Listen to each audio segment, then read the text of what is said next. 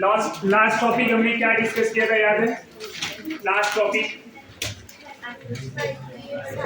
हमने cycloalkene discuss किया था। जीआई ना साइक्लोएल्कीन, राइट? तो साइक्लोएल्कीन हो चुके थे। एक एग्जांपल बाकी है, साइक्लोएल्कीन का नहीं है, एक एग्जांपल ले रहा हूं मैं, उसमें आप बताएंगे क्या ये मॉलिक्यूल जीआई देगा। इस मॉलिक्यूल का नेम है डेकालीन। डेकालीन ऐसे हाइड्रोजन लिख दे रहा हूं मैं। अब ये मॉलिक्यूल देख के तो हमें लग नहीं रहा है कि ये जीआई देगा या नहीं देगा। क्या इसको देख के आपको लग रहा है ये जीआई देगा? ये नहीं देगा, बट ये जीआई दे रहा है। अब कैसे दे रहा है वो सोचना है।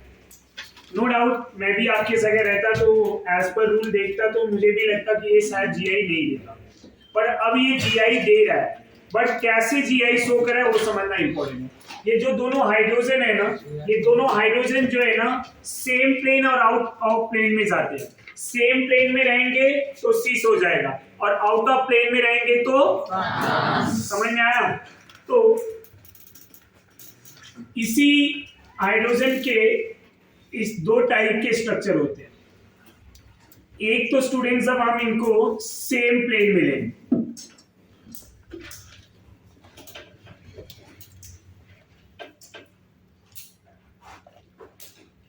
ये हाइड्रोजन और ये हाइड्रोजन। अब ये स्ट्रक्चर क्या दिख रहा है आपको? सिस आया ना?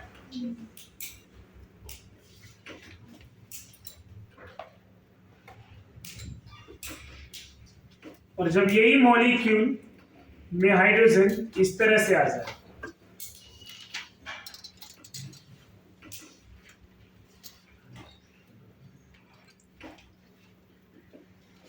अब ये हो जाएंगे ट्रांस। इसका नेम है डेकालीन। तो सिस डेकालीन एंड ट्रांस डेकालीन। समझ में आया? सिस डेकालीन एंड ट्रांस डेकालीन। समझा यहां तक? कोई डाउट है? इसके बाद जो मेरा टॉपिक है, हमने जीआई सब कंडीशन में पढ़ लिया है, पर एक कंडीशन बाकी है। टॉपिक है हमारा क्यूमिलीन। क्यूमिलीन क्या होता है उसकी बात करेंगे। When two or more adjacent double bond are present, जब किसी मॉलिक्यूल में adjacent double bond होगा, adjacent double bond दो या उससे ज्यादा, उसको बोलेंगे क्यूमिलीन। उसी को क्यूमुलेटेड बॉन्ड भी बोला जाता है। क्यूमुलेटेड बॉन्ड मतलब adjacent double bond, adjacent double bond, इसको बोलेंगे क्यूमुलेटेड बॉन्ड। समझ में आ रहा है? तो ऐसे मॉलिक्यूल जब रहेंगे तो इस मॉलिक्यूल को हम क्या बोलेंगे? क्यूमिलीन। सबसे सिंपल क्यूमिलीन कौन होता है? Simplest cumulene is Aleen.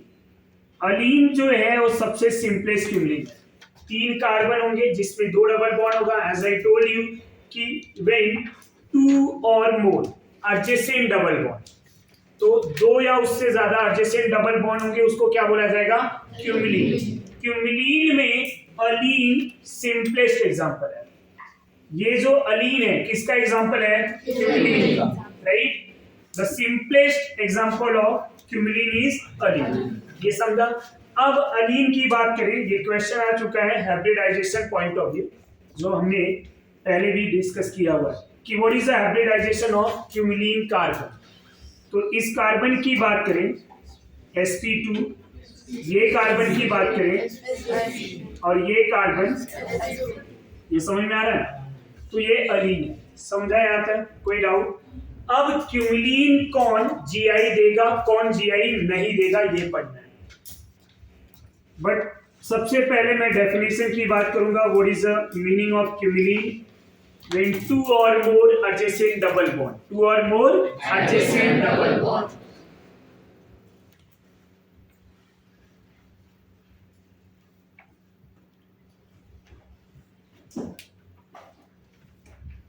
Adjacent double bond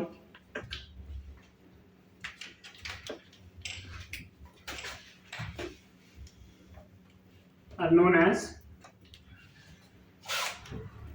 क्यूमिलीन। Cumulene are two type.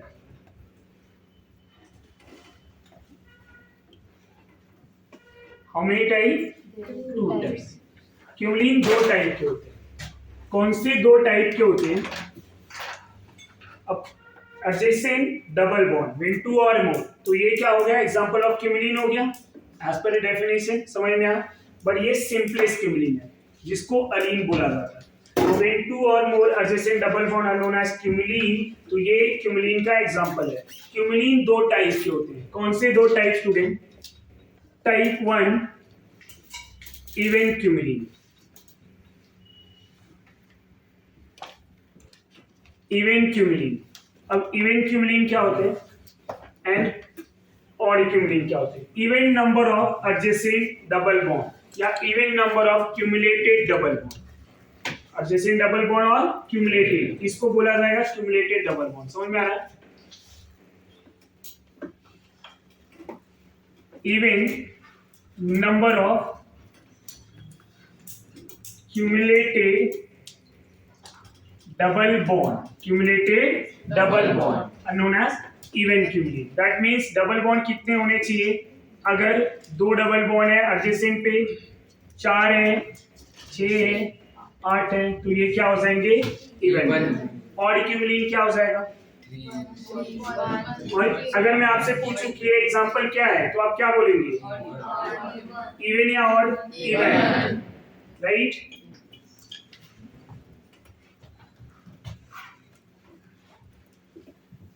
Odd cumulate क्या लिखूं मैं?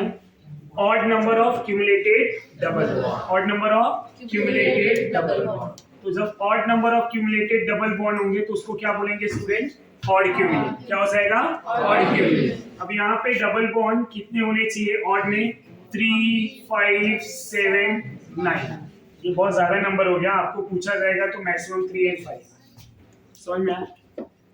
अब एग्जांपल की बात कि कौन सा क्यूमुलेटेड डबल बॉन्ड जीआई देगा.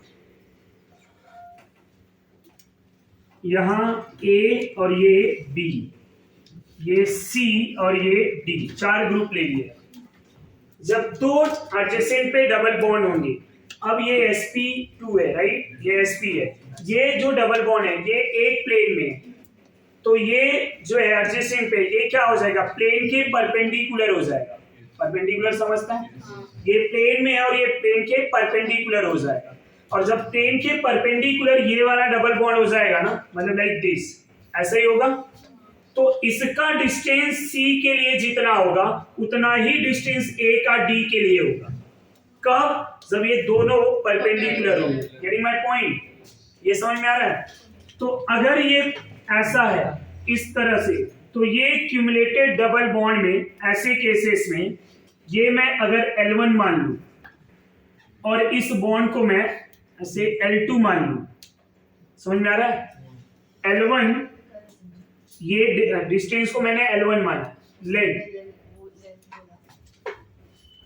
ये एक प्लेन है, डबल बॉन्ड है, एक प्लेन में एक रिंग है, राइट?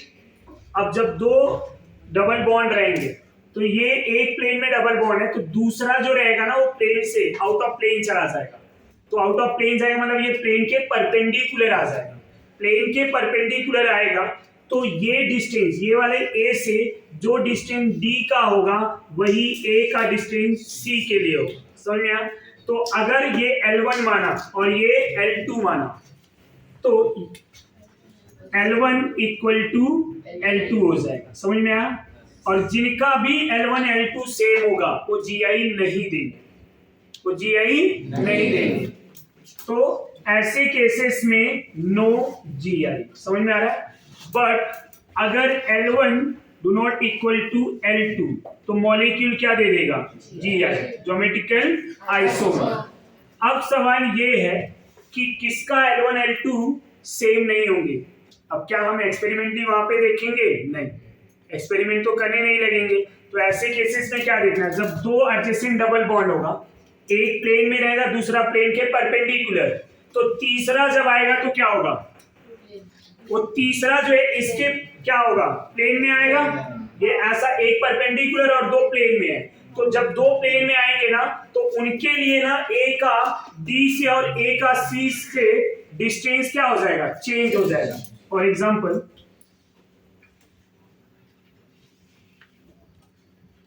ऐसे 3 डबल बॉन्ड ले लिया।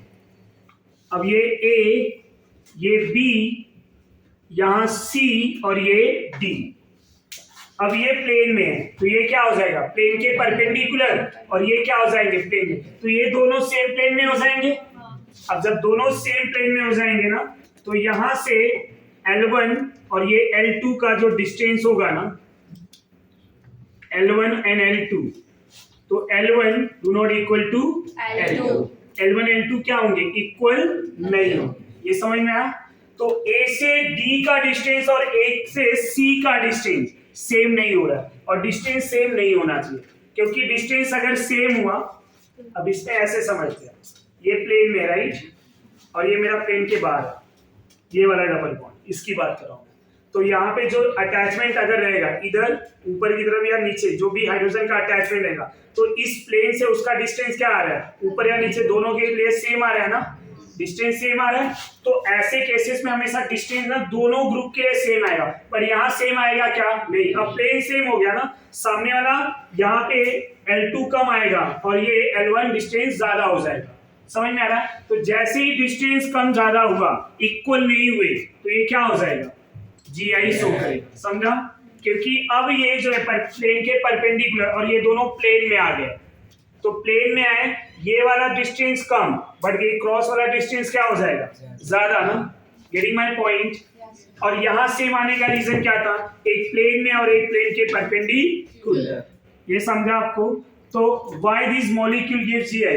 अब जब ये प्लेन के परपेंडिकुलर होगा तो क्या स्ट्रक्चर चेंज हो सकता है। अब थ्योरेटिकली तो हम ऐसा देख सकते हैं कि यहाँ पे एक एग्जांपल लेता हूँ, थ्योरेटिकली बात करूँ ना, यहाँ पे हम क्या ले रहे हैं स्टूडेंट, ये CH3। अभी कुछ लोग रहेंगे जो बोलेंगे सर यहाँ पे तो होना चाहिए, इसलिए मैं स्ट्रक्चर ले रहा हूँ। ये डबल बॉन्ड, ये CH3 और ये H है। अब थ्योरेटिकली क्या हो सकता है, ये दोनों सेम साइड है ना, इधर लाया तो ये अभी सिस बोल दे, बाद में इधर लाया तो ट्रांस। बट हमें कंसेप्ट क्या पता है कि ये दोनों सेम प्लेन में नहीं है, एक प्लेन के परपेंडिकुलर है। ये यहाँ पे दिख तो ऐसा रहा है, बट ये परपेंडिकुलर रहेगा ना। समझ में आ रहा है। तो ऐसे केसेस में ये सिस और ट्रांस तो नहीं करेंगे। जब मॉलिक्यूल प्लेनार होता है ना, तो उनमें जो है सिस और ट्रांस की पॉसिबिलिटी होती है। गेटिंग माय पॉइंट, ये समझा। तो यहाँ पे कैसे प्लेनार हुआ, ये और ये दोनों प्लेन में आ गया, और ये जो है प्लेन के परपेंडिकुलर। तो ऑड नंबर हमेशा यही रूल को फॉलो करेगा, L1 L2 सेम नहीं। इवन नंबर ना हमेशा ये रूल को फॉलो करेगा, L1 L2 सेम। तो यहाँ पे क्या बोल सकता हूं, even क्यूमिलीन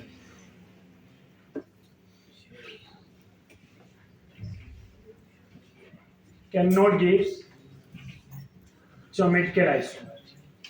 Odd cumulene gives geometrical isomer. ये ध्यान।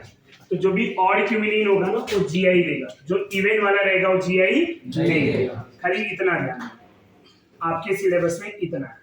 ये तो डिटेल मैंने आपको समझाया है, ये वाला पार्ट आपके सिलेबस में उतना ज्यादा नहीं, आपको खाली ये 2 पॉइंट रखता मानना था। नीट में इससे क्वेश्चन बनते हैं, बट ये L1 L2 वहां पे आपकी किसी बुक में नहीं है। बट अब कॉन्सेप्ट समझना है तो हमें ये आना जरूरी है। अब ये समझ में आ गया तो आप इजीली जो है कर सकते हैं। Getting my point. रट्टा नहीं भी मारा तो भी हो जाएगा। अब होगा क्या स्टूडेंट, इवन क्यूमिलीन GI नहीं देता, बट ऑड क्यूमिलीन GI देता है। अब यहाँ पे एक स्ट्रक्चर ले रहा हूं मैं जो प्रीवियस टॉपिक से भी कोरिलेट करेगा। अब मैं आपसे ये पूछ रहा हूं, क्या ये मॉलिक्यूल GI देगा। अब आप बोलेंगे ये तो पढ़ा ही नहीं आपने।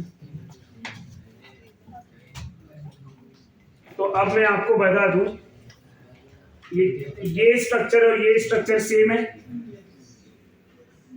क्योंकि एक double bond replace by one ring, one double bond replace by, तो ये सेम स्ट्रक्चर दिख रहा है। जब स्ट्रक्चर सेम हो गया तो क्या हो जाएगा, मतलब सेम स्ट्रक्चर दिख रहा है, मतलब ये इसके जैसा है, समझ में आया? मॉलिक्यूलर फॉर्मूला नहीं देखेंगे आप, ये तो ये और ये सेम पैटर्न में है, मतलब डी के अकॉर्डिंग, ये इसका एक डी, इसका एक डी, इसका एक, समझ में आ रहा है? तो ये और ये सेम पैटर्न को फॉलो कर रहे हैं, तो ऐसे केसेस में ये मॉलिक्यूल जीआई देगा क्या? No GI. समझ में आ रहा है?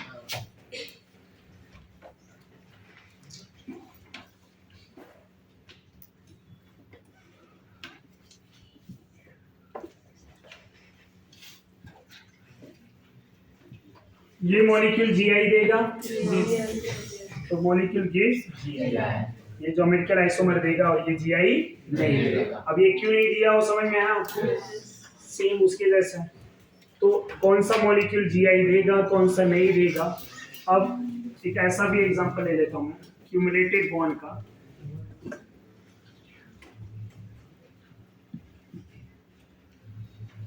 क्या ये जीआई देगा? तो आप बोलेंगे मॉलिक्यूल गिव्स जीआई। आगे जाके मैं एक टॉपिक पढ़ाऊंगा ऑप्टिकल आइसोमर, राइट? तो जो भी क्यूमुलिन जीआई नहीं दे रहा है वो ऑप्टिकल देगा, समझ में आया? और जो जीआई दे रहा है ऑप्टिकल नहीं देगा, समझ में आ रहा है? तो अभी के लिए ऐसे याद रखना है, आगे जाके वो पॉइंट मेंशन भी करूंगा मैं, पर अभी ऑप्टिकल आइसोमर पढ़ाया नहीं है तो मैं वो पॉइंट यहाँ पे मेंशन नहीं कर सकता हूँ, बट थियोरेटिकली आपको ऐसे बता सकता हूँ मैं कि ये ध्यान देना कि इवन क्यूमुलिन जो है जीआई नहीं दे रहा है तो क्या दे देगा वो? ऑप्टिकल। और क्यूमुलिन क्या दे रहा है? जीआई, तो ऑप्टिकल देगा क्या?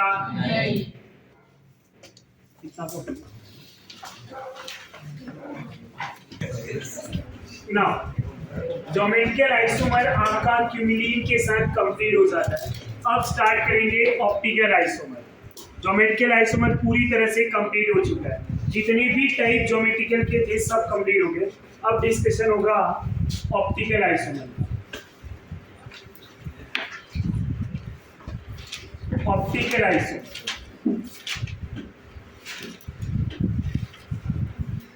ऑप्टिकल आइसोमर जो होता है ये एक्सपेरिमेंटल एनालिसिस होता है। ऑप्टिकल आइसोमर को चेक किया जाता है बाय इंस्ट्रूमेंट पोलोरीमीटर। पोलोरीमीटर एक इंस्ट्रूमेंट होता है जिससे हम ऑप्टिकल एक्टिविटी को चेक करते हैं, मॉलिक्यूल ऑप्टिकल एक्टिव है या नहीं है, ये कौन बताता है? पोलोरीमीटर। समझ में आ रहा है? अब पोलोरीमीटर वर्क कैसे करता है? उसमें जो है लाइट होती है, प्लेन पोलराइज्ड लाइट। जब कोई सैंपल रखा जाएगा तो सैंपल जब सपोज ये मेरा लाइट है और ये लाइट को इधर लेके जाना है, तो यहाँ पे बीच में मैंने कंपाउंड रखा हुआ, तो ये लाइट जब ट्रेवल करेगा इस कंपाउंड से पास होने के बाद ये लाइट अगर मेरा रिफ्लेक्ट हो जाता है आइदर लेफ्ट हैंड साइड या राइट हैंड साइड, कोई भी डायरेक्शन में रिफ्लेक्ट हो जाए, पर इसका जो डायरेक्शन है प्लेन पोलराइज लाइट का जो डायरेक्शन है वो डायरेक्शन क्या हो जाना चाहिए? रिफ्लेक्ट होना चाहिए, आइदर लेफ्ट और राइट। अगर लाइट के डायरेक्शन रिफ्लेक्ट होते हैं तो मॉलिक्यूल ऑप्टिकली एक्टिव होगा, रिफ्लेक्ट नहीं हुआ तो ऑप्टिकली इनएक्टिव होंगे। समझ में आया? तो अब ये पोलोरीमीटर इंस्ट्रूमेंट वर्क कैसे कर रहा है? प्लेन पोलराइज लाइट पे। तो सबसे पहले हम नॉर्मल लाइट लेंगे, ऑर्डिनरी लाइट।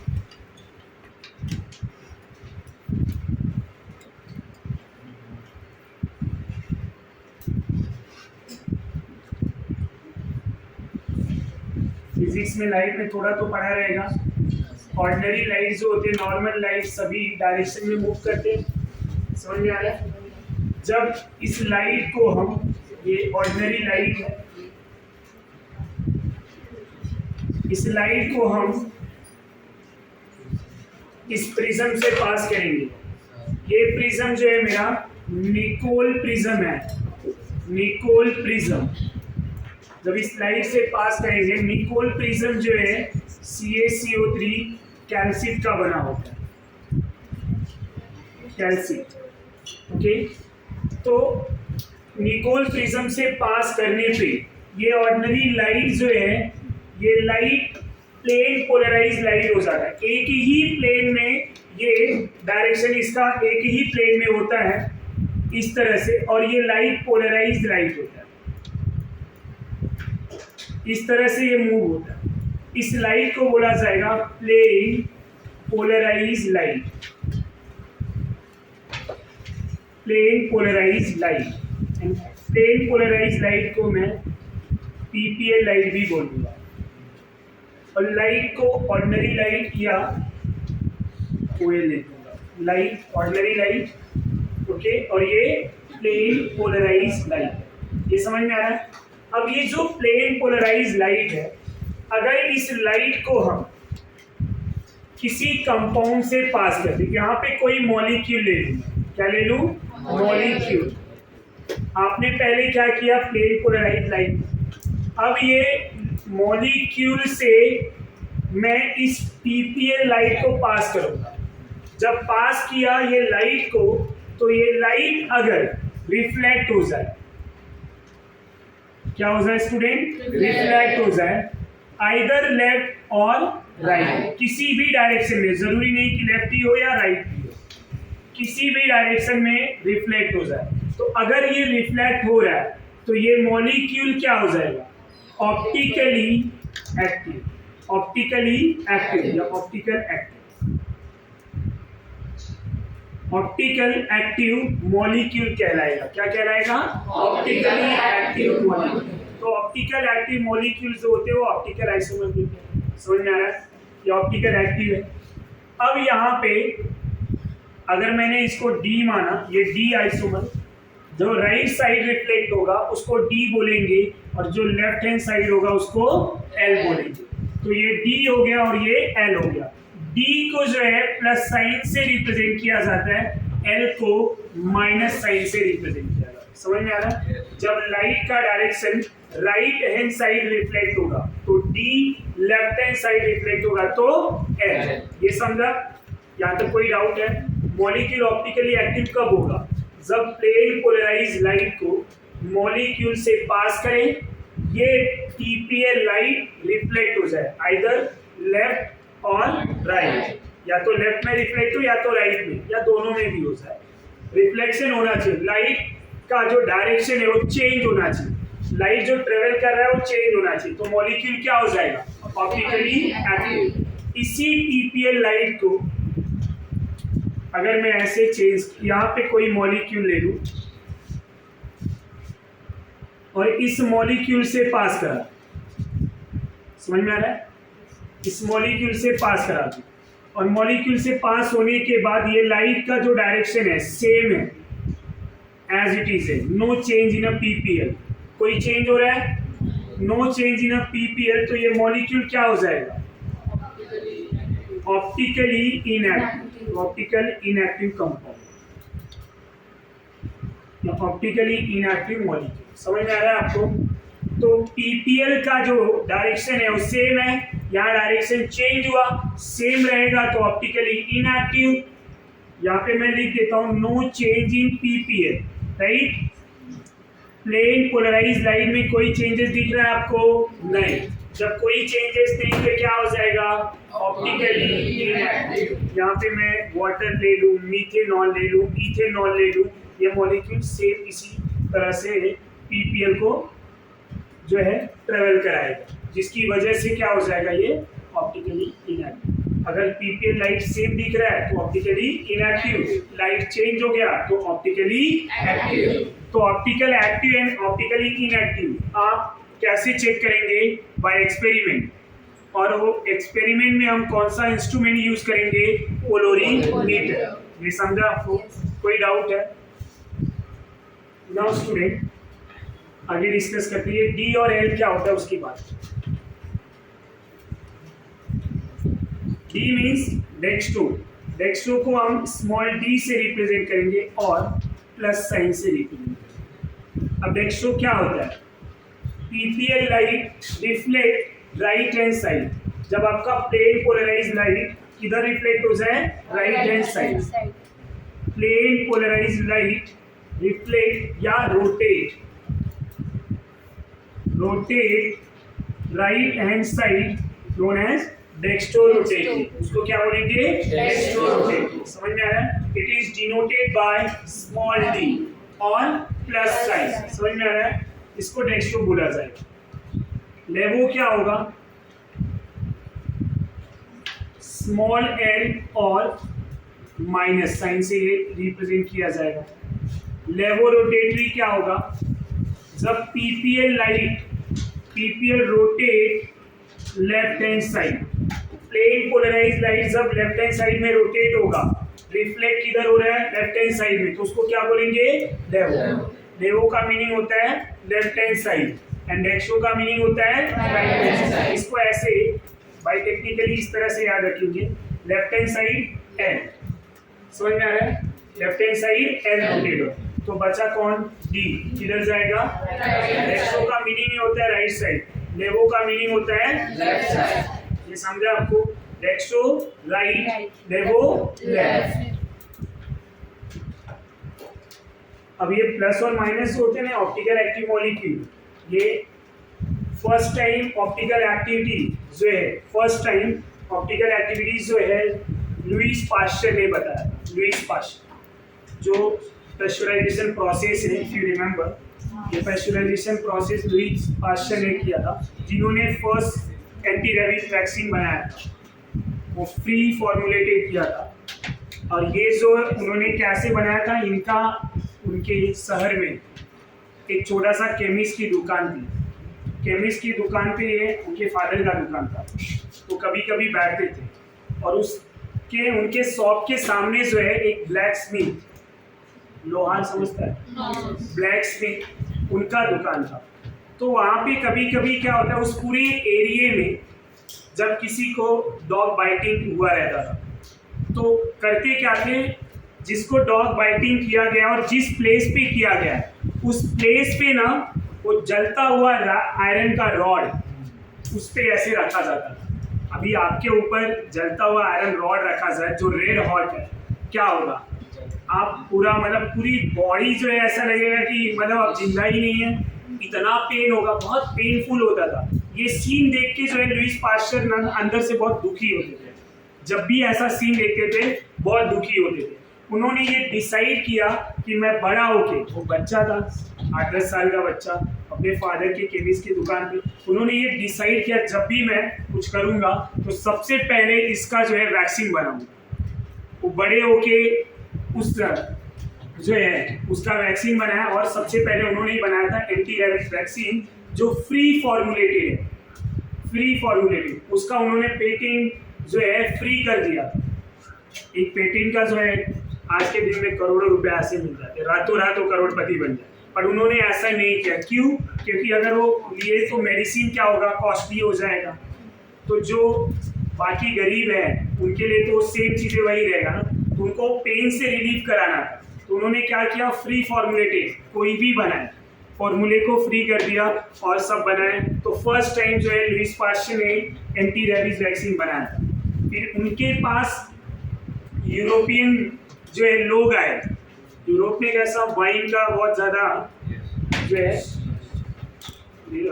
सेल किया जाता है, तो मर्चेंट ऑफ वाइन आया, उन्होंने बोला कि मेरे वाइन जो है ना बहुत जल्दी खराब हो जाते हैं।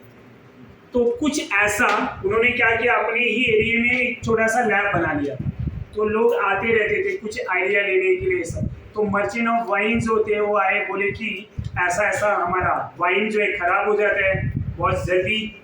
उन्होंने बहुत सोचा समझा, बाद में कुछ दिनों बाद उनको रिप्लाई दिया कि आप वाइन को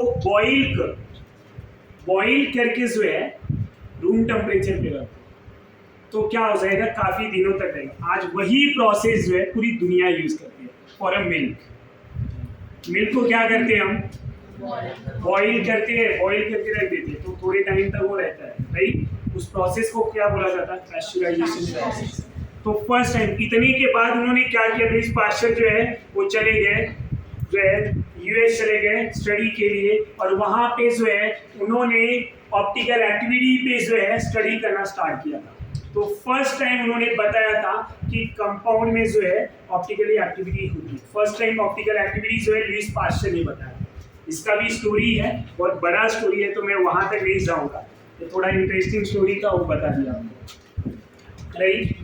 तो डेक्स्ट्रो एंड लेवो मतलब right hand side and left hand side, तो डेक्स्ट्रो एंड लेवो रोटेटरी जो होते हैं, जो राइट साइड रोटेट होगा डेक्स्ट्रो, जो लेफ्ट हैंड साइड होगा वो लेवो। ये समझ में आया आपको? यहाँ तक कोई डाउट है, कोई कंफ्यूजन? नेक्स्ट पॉइंट पे आता हूँ मैं। कायरल की लिख देता हूं। कायरल क्या होता है? अगर मैं कायरल की बात करूं और कायरल कार्बन की बात, what is the meaning of chiral? Chiral का मीनिंग क्या है?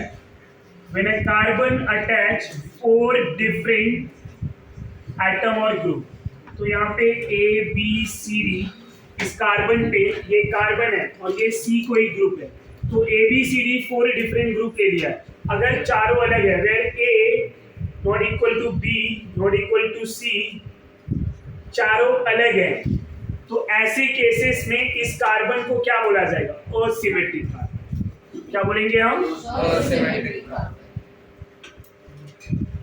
और असिमेट्रिक कार्बन है ये, क्योंकि यहाँ पे असिमेट्रिक कार्बन को ही बोला जाएगा कायरल कार्बन। क्या बोलेंगे हम? Chiral carbon. ये समझा आपको?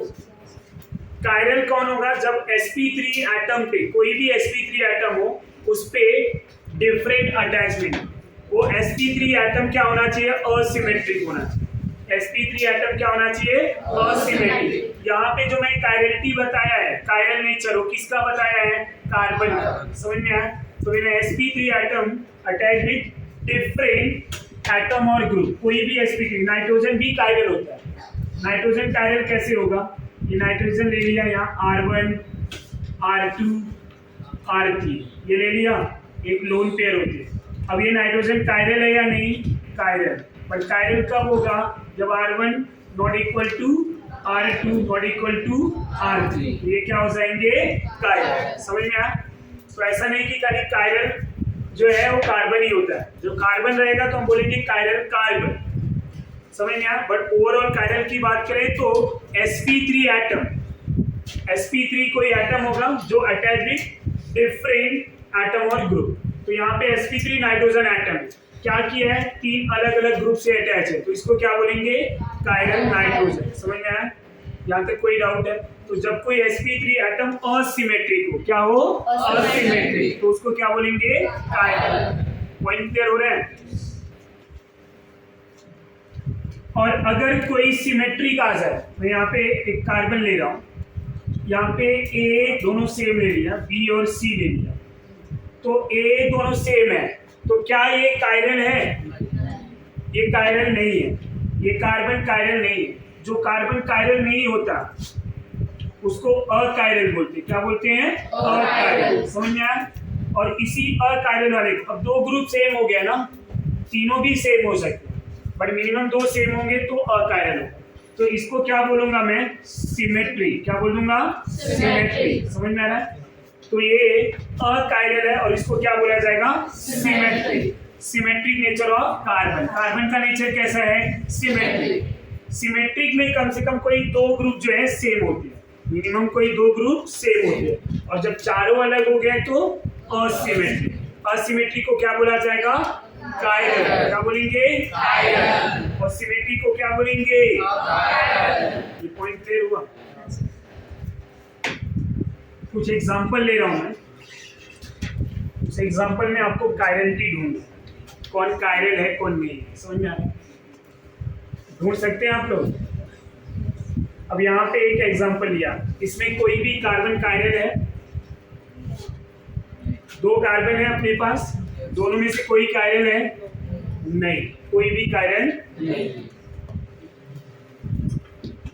समझ में आ रहा है या एक्सप्लेन करूं प्रॉपर्ली?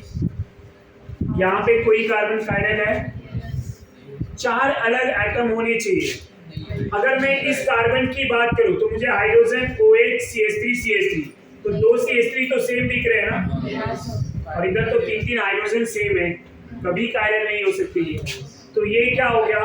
कायरल है क्या? नहीं।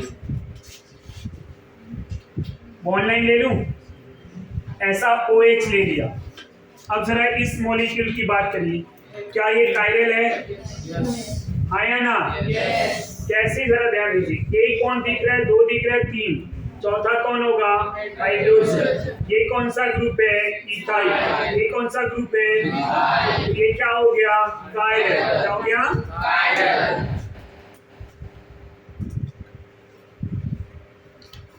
यहाँ पे OH है। अभी इस कंपाउंड की बात करूं, क्या ये कायरल है? नहीं। क्यों कायरल नहीं है? क्योंकि ये हाइड्रोजन, यहाँ देखेंगे ये इथाइल और ये इथाइल सेम, समझा आपको? ये कायरल नहीं है और ये कंपाउंड कायरल, जो भी क्रॉस किया वो कायरल नहीं।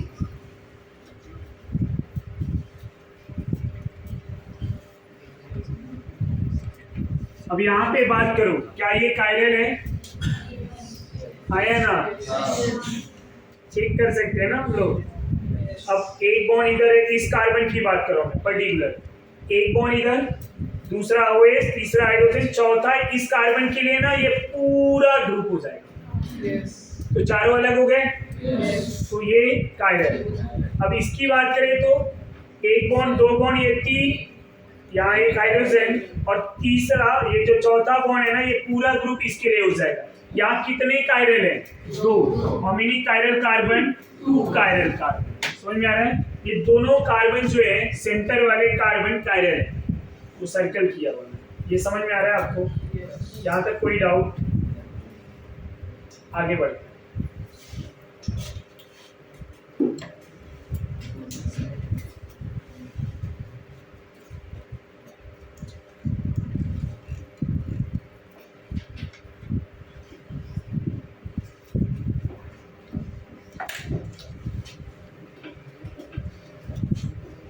इसकी बात करें, हाउ मेनी कायरल? हाँ,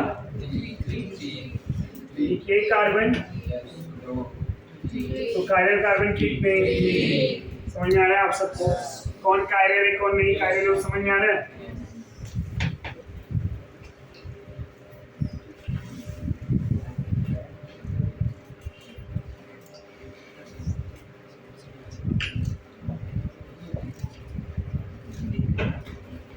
How many chiral?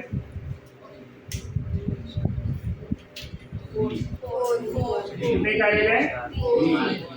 देखिए जरा,